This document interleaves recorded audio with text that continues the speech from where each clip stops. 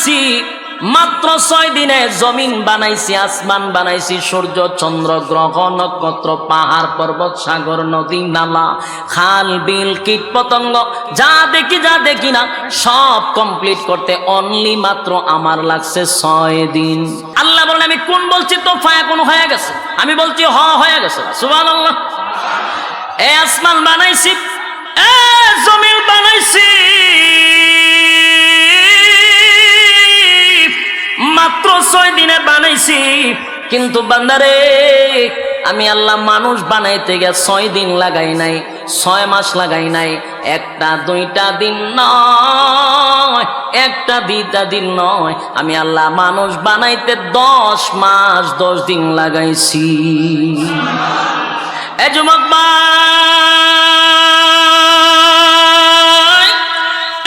মানুষ বানাইছে আল্লাহ 10 মাস 10 দিনে। রব্বে কারীম বলেন এরপরেও বিনা মেস্তুরে বানাই নাই, তোর গলার থেকে নিয়ে পা পর্যন্ত আমি আল্লাহ মেস্তুরি দিয়া বানাইছি।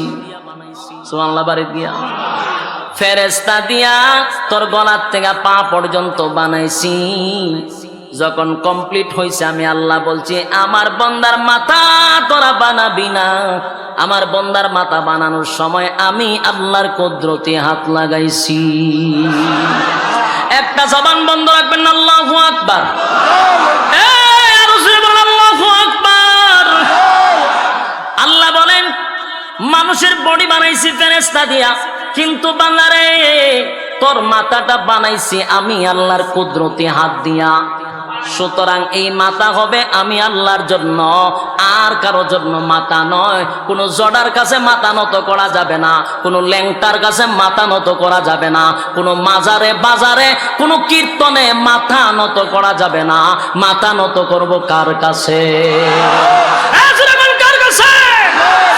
যুবক ভাইরা আমার, আজকের থেকে নয় মৃত্যুর আগ পর্যন্ত খেয়াল করবেন কোনোভাবেই যেন মাথা কারো কাছে নত না হয়।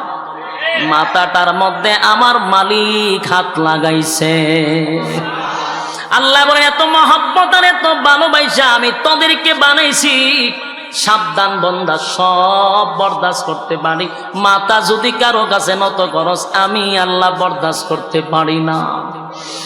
যুবক ভাই, গুনাহ করলে রব্বে কারীমের কাছে তওবা করলে মাফ করে গো। কেউ যদি গুনাহ করতে করতে পাহাড় পরিমাণ করে, রব্বে কারীম তার এই গুনার কারণে যদি সে তওবা করে চোখের পানি ফালায়, আল্লাহ বলেন চোখের পানি গড়াইয়া গড়াইয়া নাক পর্যন্ত আসার আগেই ঘোষণা দিয়া দিছি বান্দা তোরে মাফ করে দিছি।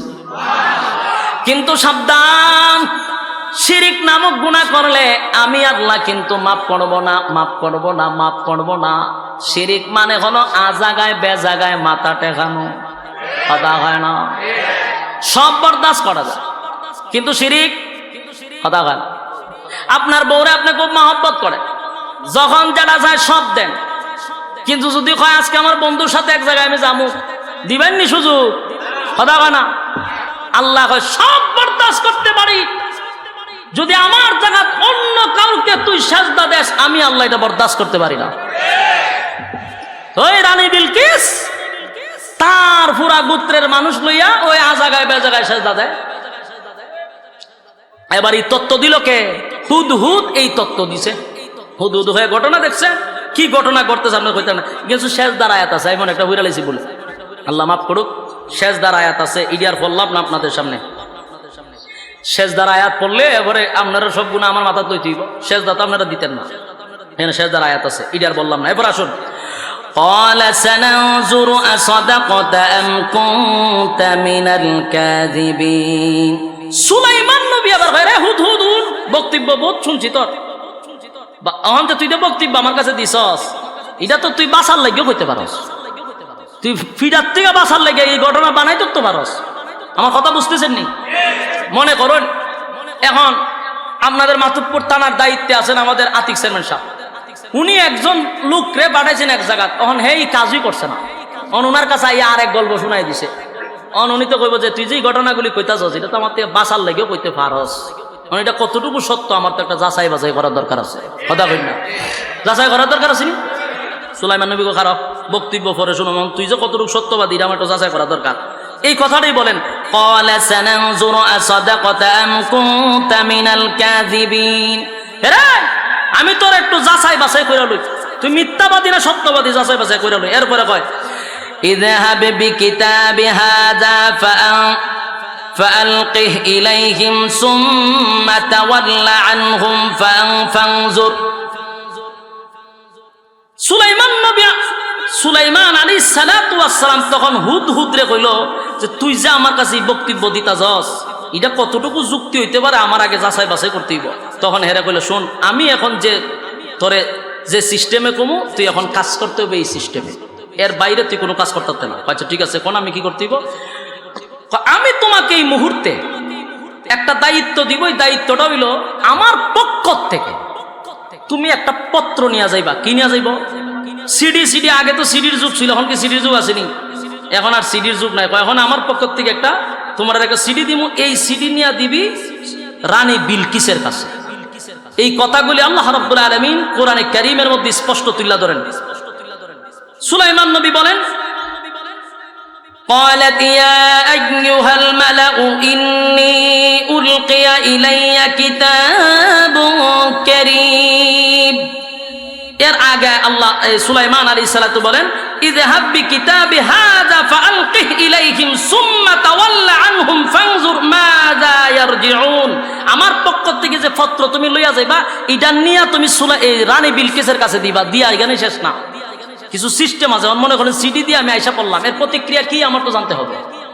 তখন হুদহুদ রে কইলে রে সিডিটা দিয়া আড়ালে থাইকা তুই আগে প্রতিক্রিয়াটা দেখবি যে কি করে। তো হুদহুদ বলল ঠিক আছে, আপনার তত্ত্ব অনুযায়ী আমি সব কাজ করতে রাজি, আপনি আমার সিডি দেন।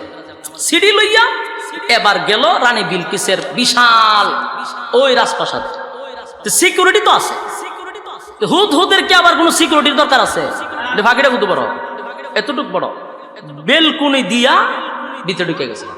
ঢুকে গিয়ে চতুর্দিকে সিকিউরিটি আছে, সেনাবাহিনী সব। একটা রানী তো, চতুর্দিকে তার সিকিউরিটি। এখন এই ফাঁকি করলো কি, এই সিটি নিয়া রানী বিলকিসের একেবারে বুক বরাবর রেখে দিছে। কোন জায়গায় রাখছে? বুক বরাবর নিয়ে সিডি রাখছে। সিডি রাখছে পড়ে রানী বিলকিস ঘুম থেকে জাগ্রত হইয়া দিয়ে সিডি উপরে। বলুন তো দেখিটা আশ্চর্য হওয়ার কথা না? প্রধানমন্ত্রী যে আমাদের বাংলাদেশের, ওনার কতটুকু সিকিউরিটি আছে? চতুর্দিকে ওনার সেনাবাহিনী।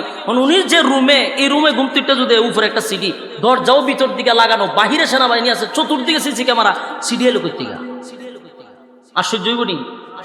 তখন উনি আশ্চর্য হইয়া সিডিটা হাতে নিছে।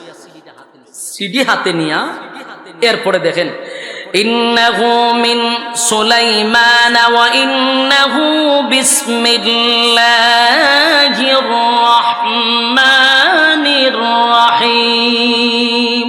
সিডির শুরুতেই বিসমিল্লাহ দিয়া সিডি খুইলা দেয়, বিসমিল্লাহ পরম করুণাময় আল্লাহর নামে শুরু করতেছি।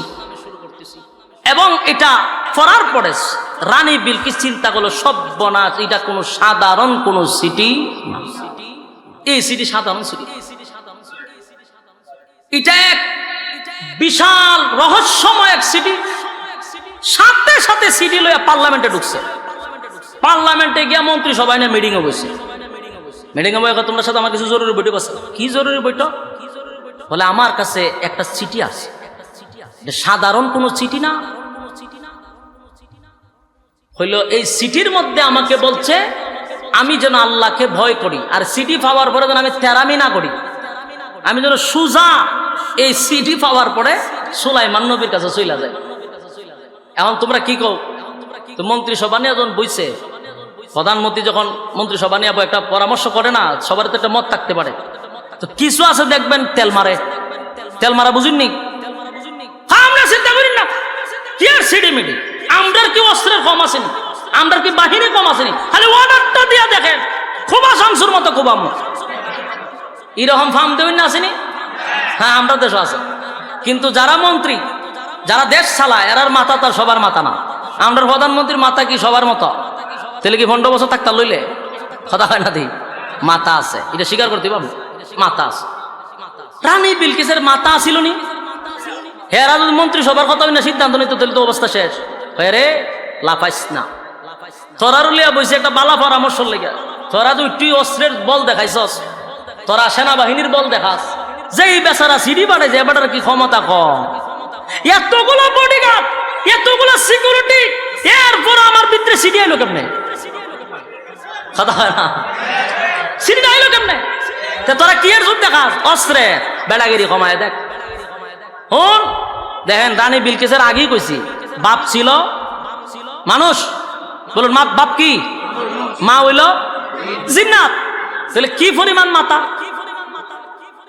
মাতা সারা দেশ চালানো যায় না। এই আমরা আরেক চেয়ারম্যান আইছে, চেয়ার দিন, মিজান চেয়ারম্যান সাহেব বসেন। 2 বাজে 2 চেয়ারম্যান কেমনে কথা কইতাম? একটু বয়স তো আছে। সম্মানিত শুধু এখন রানী বিলকিস কয়, হন ক্ষমতা দেখাইস না, যেই বেচারা সিডি বানালো এত গুলা সিকিউরিটির মাঝখান দিয়া, হ্যাঁ বেড়া কম না। আবার ছিল জিন্নাত, ছিল তার মা, মানুষ ছিল তার বাপ, তার বাবা ছিল বাদশা। বলুন বাবা কি ছিল? বাদশা যারা দেশের হয় এরা নলেজ থাকে মারাত্মক, এটা আল্লাহ প্রদত্ত নলেজ। এটা আপনি আমার মতো সলিমুদ্দিন খলিমুদ্দির মতো নলেজ থাকে না, এটা আল্লাহ প্রদত্ত দিয়া দেয়। তো বাদশার মেয়ে কথা কই না দি, আমরা প্রধানমন্ত্রীর বাপ কি আছিল? দেশের প্রেসিডেন্ট। ওই বেড়ার মাইয়া নলেজ আছে না নাই? রানী বিলকিসের বাবা আছেন বাদশা, ওই বাদশার মাইয়া নলেজ আছে না নাই? হ্যাঁ, তখন বলে কারো লাফাইস না, লাফাইস না। আমি একটা সিদ্ধান্ত নিছি। বলে কি সিদ্ধান্ত নিয়েছেন রানী?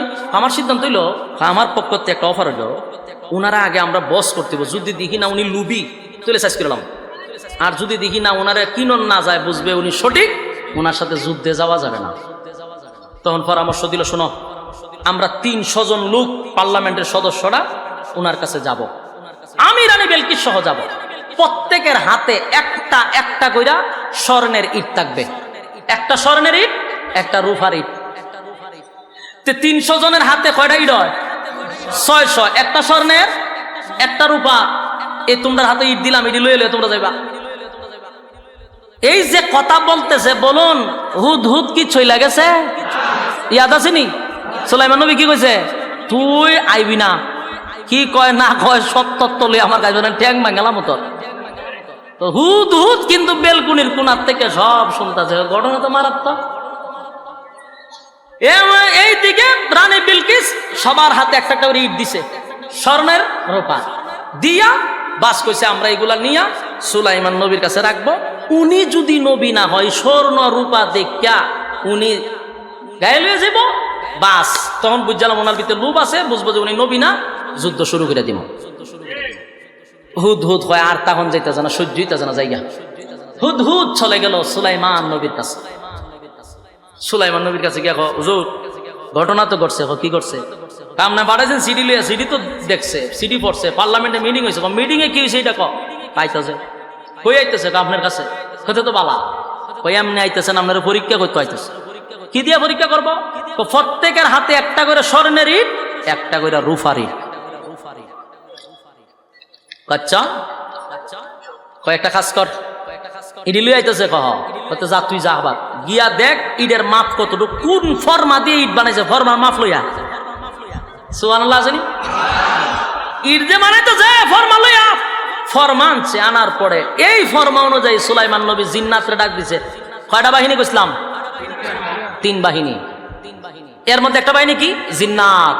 জিন্নাতরে ডাক দিছে, করে সমুদ্রের নিচ থেকে স্মরণে নিয়ে আয়।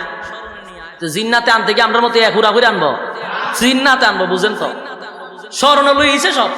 কই দেখ ফর্মার মাপ দিছি, ফর্মা দিয়ে ইট বানা। দ্রুত গতিতে, জিন্নাতের কাজ হইলো বিদ্যুতের গতিতে।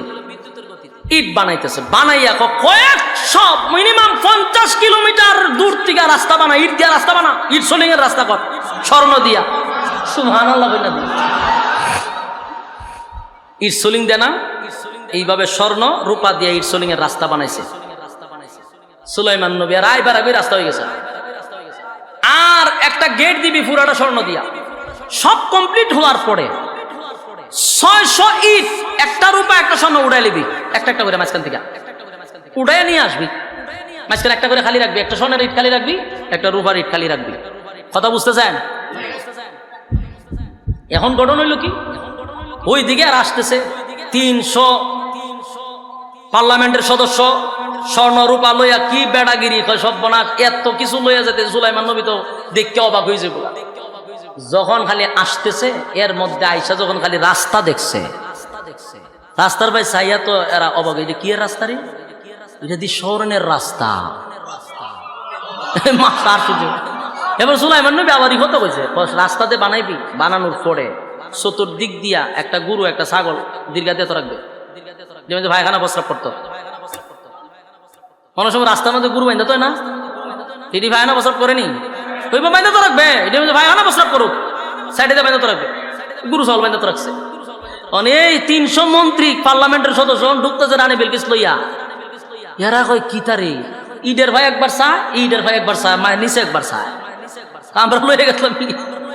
এর মধ্যে কিছুক্ষণ যাওয়ার পরই একজনে কয় দাঁড়া, তোরা যে যাইতেছ আমরা যে যাইতেছি সুলাইমান নবীর কাছে, বেড়াগিরি দেখাইছিলাম যে আমরা স্বর্ণ লইয়া যাইতেছি, স্বর্ণের ইট লইয়া যাইতেছি, কি বেড়াগিরি দেখাই এবার ইসলাম। একটা জিনিস কি কেউ খেয়াল করছো, বলে কি, বলে মাঝখানে একটা করে ইট নাই, এই দেখ একটা রূপার ইট নাই, একটা স্বর্ণের ইট নাই। এখন ইট ফালাইয়া দেহে সেম সাইজ করে ইট দিয়ে লইয়া যাইতাম, রাস্তা তো বানাইলো স্বর্ণের ইট দিয়া, এই ইট লইয়া যদি আমরা এখানে যাই মাঝখানে একটা করে ইট নাই, আমরা তো সুর সাজ্জা যাবো। কথা বলা সুলাইমান নবীর কাছে গেলে কব বলে ইটটা আমার তো চুরি করে লইছে, গন্যা দেখবো 600 ইট নাই, এরা রাত 600 ইট, জুতা দা বাইরে কপালের সারা ফাটাই দেয়, মান সম্মান আর হারাইস না, মান সম্মান এবার তো আর যে বেজ্জতি হয়েছে তো বা কর। আমরা ইসলাম ইট লইয়া বেটা গেছে, বেটা ইটা ইট দিয়া রাস্তাঘাটে ফালাই তোরা কুত্তা বিলাই মুত্তা দেয়, দাম হইতে নাই তা স্বর্ণের মধ্যে, সব বনাশ করে লেছে। কি করতো তাড়াতাড়ি ইট যে নিছি নিতে জায়গাতে একটা একটা করে আভরণ খাজো লেগে গেছে, যত এমপি মন্ত্রী আছে সব খাজো লাগাইছে, মাঝে মাঝে না খাজো লাগে, এভাবে খাজো লাগাই একটা একটা ইট ফালাইতেছে, খাজো করতে করতে গেটের সামনে গেছে সব বনাশ, পুরাটা স্বর্ণের হীরামণি মুক্তা দিয়ে গেট সাজাইছে। এর ভিতরে সুলাইমান নবী কাছে খবর আসছে যে আপনার খুব কাছাকাছি তারা চলে আসছে। সুলাইমান নবী আবার কইল করে আমার একটা কাজ করে দিতে হবে, কে পারবা রানী বিলকিসের সিংহাসনটা সবচেয়ে দ্রুত গতিতে খেয়ে আনতে পারবে। এর মধ্যে একজন জিন্নাত উঠতে বলতেছে, হুজুর আপনি যদি আমার অনুমতি দেন, আপনি বসার থেকে উঠতে দাঁড়াইতে যতক্ষণ সময় লাগবো, আমি রানী বিলকিসের পুরা সিংহাসনটা আপনার কাছে এতটুকু সময়ের ভিতরে নিয়ে আসবো। সুবহানাল্লাহ। বলুন সিংহাসন কত হাত লম্বা? 40 হাত, ফাঁস 30 হাত, উঁচা 15 হাত, সবটাই হীরামণি মুক্তা দিয়া সাজানো। এত বড় সিংহাসন আসবে কত কিলোমিটার থেকে জানেন? কিতাবে লেখছে প্রায় 2 মাসের রাস্তা। সুবহানাল্লাহ, বাড়ি গেলে কেমন হয়? কয় মাসের রাস্তা? 2 মাসের রাস্তা। এত দূরত্ব, এত দূর থেকে সিংহাসনটা বসার থেকে ওইটা দাঁড়াইতে যতক্ষণ সময় লাগবে, এতটুক সময়ের ভিতরে সিংহাসন নিয়ে আসবে। এর মধ্যে সুলাইমান নবী না, এটা বেশি দেরি হয়ে যায়, এত দেরি হল লইব, এটা বেশি দেরি গেছে না, এত দেরি হলে চলবে না, আমার খুব তাড়াতাড়ি দরকার। সুলাইমান আলাইহিস সালাতু ওয়াস সালাম কে আমার আল্লাহ এত বড় বাদশাহী দিছে, এত বড় বাদশাহী, কিয়ামত পর্যন্ত সুলাইমান নবীর মতো এমন বাদশাহ দুনিয়ার জমিন আল্লাহ পাঠাবে না। এত বড় রাজত্ব আর সুলাইমান নবীর মতো কাউরে দিবে না। এই সুলাইমান নবীর আল্লাহ এত নিয়ামত দিয়েছে, কিন্তু ভিতরে অহংকার ছিল না, গরিমা ছিল না। কিন্তু সুলাইমান নবী বললেন, জিন্নাতের বক্তব্য শুননা বললেন, এরে তোদের বক্তব্য হলো বসার থেকে ওইটা দাঁড়াইতে যে সময় লাগবে, এই সময়ের ভিতরে বিলকিসের সিংহাসন আমার কাছে নিয়ে আসবি। মেনে নিলাম। এর মধ্যে একজন জিন্নাতের মধ্যে একজন আলেম, উনি বললেন, হুজুর আমি আমানতের সাথে আপনার চোখের পলক পড়তে যতটুকু সময় লাগবে এর আগেই সিংহাসন নিয়ে আসব। এই একটা জবান বন্ধ রাখবেন না, বলুন আল্লাহু আকবার।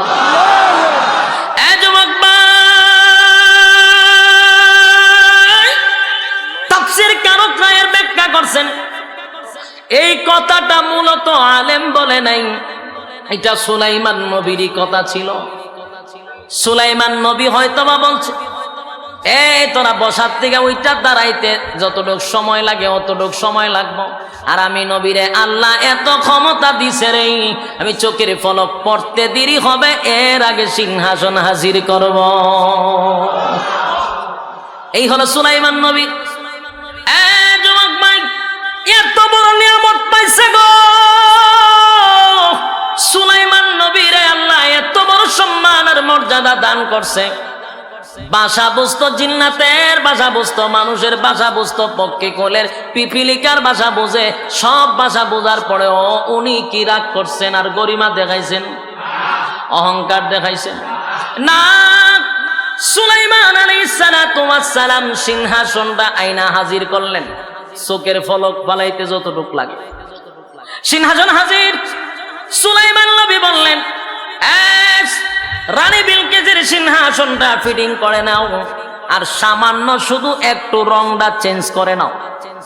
শুধু রংটা চেঞ্জ হবে, মনে হয় বাউন্ডারিটা আছে সবুজ, এটারে সাদা করে লইল, শুধু একটু রংটা পরিবর্তন কর। সাথে সাথে রং পরিবর্তন হয়ে গেল। রানী বিলকিস তার 300 সদস্য নিয়া, পার্লামেন্টের সদস্য নিয়া সুলাইমান আলাইহিস সালাতু ওয়াস সালামের রাজত্বের ভিতরে প্রবেশ করলো। বলুন, বড়া হাতে না খালি হাতে? কেন জানেননি খালি হাতে? ওই যে অহংকার, আল্লাহ বলেন অহংকার আল্লাহ পছন্দ করে না। তারা বড় অহংকার দেখাইছিল, 300 ইট লইয়া যাবো স্বর্ণের, 300 ইট লইয়া যাবো রূপার। নবী সুলাইমান পাগল হয়ে যাবে সম্পদ পাইলে, কারণ এখনকার যুগের মানুষরে টাকা দিয়া কিনা যায়। কিনা যায়, টাকা দিলে সব হয়, একেবারে উপর থেকে নিয়ে নিচে পর্যন্ত, একেবারে উপর থেকে নিচ পর্যন্ত টাকার বিনিময়ে সবাই রে কিনা যায়, সকাল বেকাল কিনা যায়। তাই রানী বিলকিস মনে করছে সুলাইমান নবীরও টাকা দিয়া কিনা লাগবে। এই যে একটা অহংকার নিছে, ভাব নিছে, 300 স্বর্ণের ইট লইয়া যাব, সুলাইমান নবী দিকে পাগল হয়ে যাবে। আল্লাহ পছন্দ করে নাই, তাই আল্লাহ সুলাইমান নবীরে এমন মেধা দিলেন, উনি রাস্তাটা বানাইলো স্বর্ণ দিয়া, বানাইলো রূপা দিয়া, মাঝখান থেকে একটা একটা ইট কইরা ছুড়ায়া 600 ইট এখান থেকে উড়াইলিছে। এখন তারা ইট লইয়া এমন মুসিবতের মধ্যে পড়ছে, যদি ইট লইয়া যায় তাহলে 600 ইট এখানে ফাঁকা সুর হয়ে গেছে, ঢোকন লাগবে। বিপদ থেকে বাঁচার জন্য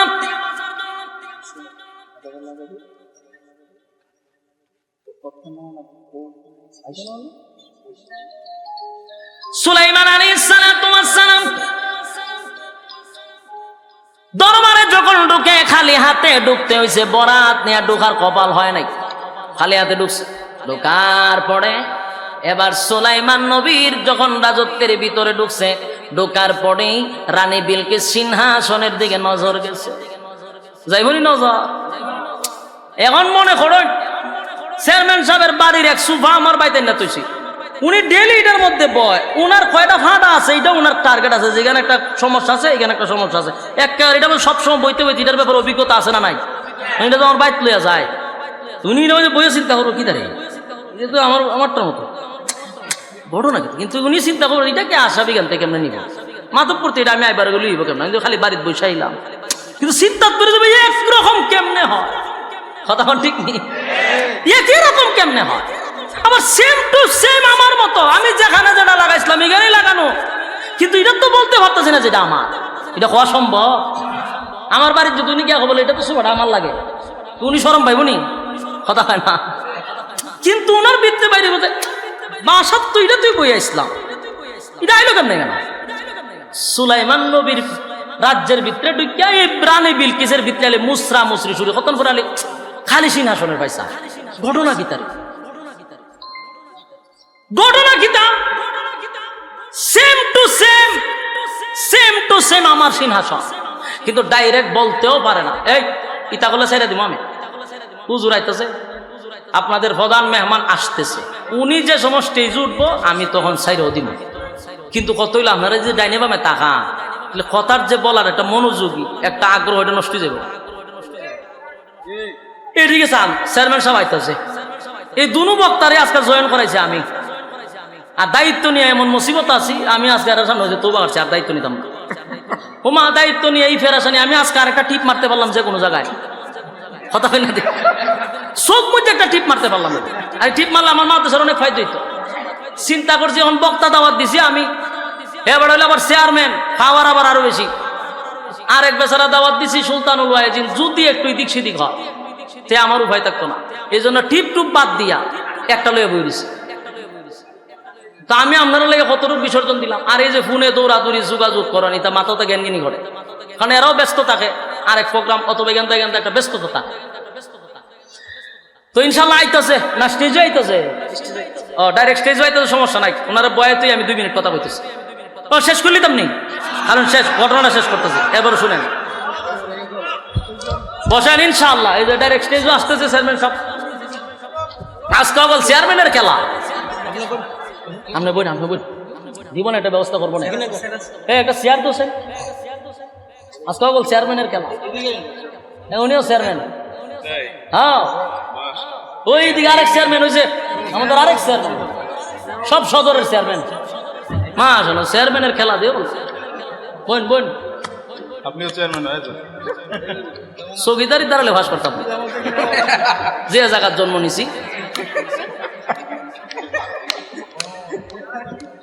বসেন, ওরে মেয়র আছে তো না, মেয়র আছে, চেয়ারম্যান আছে, এখানে আপনার অগল তুই আছে, আল্লাহ কবুল করো, মাশাআল্লাহ। তো আপনারা এখানে চেয়ারম্যান, এরপরে মেয়র, কাউন্সিলর, মাশাআল্লাহ কি মহব্বত দিয়েছেন। এই যে 2 ব্যক্তি 2 বাজে বসা, বলুন এরা ব্যস্ত কিনা? আপনি আমার থেকে তো ব্যস্ত, স্বীকার করেন না? এত ব্যস্ততা নিয়ে আইবি সাহেবের বয়ানও শুনছে, আমার ফুল বয়ান শুনছে, আমি ওনার চেয়ে তো বেশি ব্যস্ত না, একটু বইলে অসুবিধা আসেনি? বুঝতে হবে, ব্যস্ত মানুষগুলা সব ব্যস্ততা পিছনে রেখে আপনাদের ভালোবাসায় উলামায়ে কেরামদের মহব্বতে বসে আছে। শেষ করে দিচ্ছি, শুনেন। তো রানী বিলকিস যখন ঢুকছে, ঢুকে ওই সিংহাসনের নজর খেয়াল করতেছেন তো, সিংহাসনের দিকে তাকাই রয়েছে, ঘটনা কিরে না, আমার তো এটা বলতে পারতেছি না, কিন্তু আমারটা যেটা তো না করতে পারতেছি না, খালি আতা। সুলাইমান নবী জিগায় কি সিংহাসন তো নজর কা, হ্যাঁ খালি 2টার পাইছান, ঘটনা কি? ওইটা তো সেম টু সেম মনে হইতেছে, কিন্তু কি অন্ত কইতে পারতেছে না, কালারটা একটু চেঞ্জ, কিন্তু এটা যেমন সেটাই, এটাই যেন সেটাই, মানে একটা দ্বন্দ্বের মধ্যে বেড়েছে, কি কইব কি না কইলে তো শরম, কারণ যে শরম পাইছে রাস্তা ইজ্জত লইয়াদের ঢুকছে, এটা তো বেশি, ঠিক নেই অন কেমনে কই। এবার সুলাইমান নবী বলেন, সুলাইমান নবীর কাছে কিছু জিন্নাতরা কইছে, হুজুর এই রানী বিলকিস তো এটা মানুষ না, এটা তো জিন্নাত। এই কিছু জিন্নাতরা বলছে যে সে জিন্নাত, আর এখানে এটা লম্বা ঘটনা, মিনিমাম এই বয়ান যখন আমি কোথাও করি 2.5 ঘন্টা সময় লাগে। কয় ঘন্টা? মিনিমাম 2.5 ঘন্টা লাগে। এটার তাফসীর যদি মোটামুটি শুনতে চান, এ অনেক জায়গা খাইটা সিটটা আপনি কাট করে আমি আইছি কেন, কারণ চেয়ারম্যান আছে পিছনে। তো এটার ঘটনা হলো কি জানেন, জিন্নাতরা কেনই কথা কইছে, এটারও কিছু রহস্য ছিল, তো রহস্য কইতে গেলে অনেক সময় লাগবে। কারণ জিন্নাতরা চিন্তা করছে যদি সুলাইমান নবী রানী বিলকিসরে বিয়া করে, তা আমরা তো জাগাত চাইছি যাবো, কারণ মাথা তো মারাত্মক মাথা, আবার জিন্নাতের বংশধর হইল রানী বিলকিস, আমরা শয়তানি সব সাইজ করে লাগি। এই জন্য কুটনামি লাগায় না বিয়ার মধ্যে, বিয়া ভাঙবার লাগিয়া জিন্নাতরা কুটনামি, উনার ফাও লম্বা বড় বড় ফসম আছে, জিন্নাতের মাইয়া বিয়া করলে আপনার ভালোই তো। সুলাইমান নবী কি করছে দেখেন, উনি কি করছেন, পুরা ফ্লোর সীসা দিয়া গ্লাসের মতো ডালাই করছে। মিয়া এখন তো তথ্য প্রযুক্তি, আমরা এক রাত গিয়া চমকা যাই, সুলাইমান নবী তো বহুত আগে চমকায় দিয়া গেছে। সুবহানাল্লাহ বাড়ি গিয়া হইয়া গ্লাস, পুরাটা গ্লাস ফিটিং, নিচে তা যেমন বোঝা যায় পানির উপরে হাঁটা হইতেছে, এই সিস্টেম করছে ওনার রুম। সুলাইমান নবী রানী বিলকিসকে কইছে এদিকে আসেন, এই চেয়ারে বসেন। উদ্দেশ্য হলো এখান থেকে যখন আসবে, সুলাইমান নবী যখন ডাক দিছে, রানী বিলকিস মনে হচ্ছে সামনে যে পানি, কাপড়টা একটু আলগি দিছে। আমরা পানি দেখলে কাপড় আলগি দিই না, রানী বিলকিস কাপড় আলগি দিছে, একটু আসবে। সুলাইমান নবীর উদ্দেশ্য দিল ভাও রুম আছে নি দেখে লই, এটা জিন্নাত না মানুষ না বেড়া না পেডি, দেখেন না আসলে খাওয়া কোনো রুম টুম নাই। এই জিন্নাতরা কুটনামি লাগাইছে বিয়া ভাঙবার লাগে। পরে যাই হোক, সুলাইমান নবী বলতেছে যে আপনি এটা পানি না, আপনার কাপড় উঠাইতে হবে না, কাপড় ছেড়ে দেন। রানী বিলকিস একটা লজ্জা পাইছে যে সব নাশ, এত আধুনিকের মধ্যে আমি আইছি, আমি তো মনে হচ্ছিল আমি জানে কি তা আমি যে এত বড় রাজত্ব চালাই, আমি যে না জানে কি সুলাইমান নবীর রুচি দিয়ে আরো মারাত্মক, মাগমা উনি দিয়ে একেবারে পুরা গ্লাস ফিটিং করে তো রাখছে, এটা লজ্জা পাইছে। আল্লাহ রাব্বুল আলামিন এই রানী বিলকিসের সাথে শেষ পর্যন্ত সুলাইমান নবীর বিবাহ হয়। এখনো সুলাইমান নবীর বউ কতজন? কমপক্ষে 300 বউ ছিল। সুবহানাল্লাহর আওয়াজে বোঝা যায় আপনারা এসে বেশি আছে, একটার বেশি দুইটা করতে পারবেন নি, বেটা হলে করেন চাই। পরের দিন দেখবেন খালা বুরকা লাগাই মামলা হঠাৎ লেগে আয়া পড়ছে। বাস্তব না বাস্তব? একটার বেশি দুইটা নাম হইলেও জানা।